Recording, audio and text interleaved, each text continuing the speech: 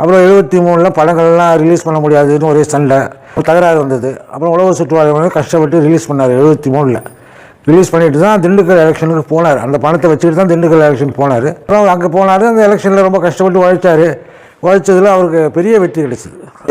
இவர் முதல்ல கேட்டது சிங்கச்சின்னம் தான் கேட்டார். எனக்கு அதிமுகவுக்கு சிங்கச்சின்னம் கொடுங்கன்னு. அவங்க எலெக்ஷன் கமிஷன் முடியாது, வேறு எல்லாம் தருவேனாங்க. ரெட்டையில் தான் கொடுத்தாங்க. ரெட்டையில் பிளாஸ்டிக்லேயே அடிச்சிட்டாங்க. இப்போ ரெட்டையில் மாதிரி அடித்து எல்லாம் நிறையா கொண்டு கொடுத்தோடனே டிஸ்ட்ரிபியூட் பண்ணோன்னே அவங்க பொம்பளைங்கள்லாம் தலையில் சுருக்கிட்டு ரெட்டையில் கோலம் போட்டு இந்த மாதிரி நிறைய பிரச்சாரங்கள் நிறையா யூஸ் ஆச்சுது. இப்படி தான் அந்த அதிமுகவோட பெரிய வெற்றி கிடைச்சது. அந்த வெற்றி கிடைக்கும் போது தோட்டத்திலாம் இருக்கார். ஆனால் எந்த வித ஆர்ப்பாட்டமும் கிடையாது. பெரிய வெற்றி கிடைச்சிருச்சு. இவ்வளோ பெரிய வெற்றி கிடையாது. எல்லா கட்சியும் டெபாசிட் போயிடுச்சு. இவ்வளோ வெற்றி கிடைச்சிருச்சு.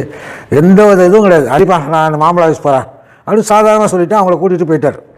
ஒரு நாள் இந்த நிலைமைக்கெல்லாம் மாறுதல், அந்த மாறுதலை செய்வதற்கு தேறுதல் உண்டு.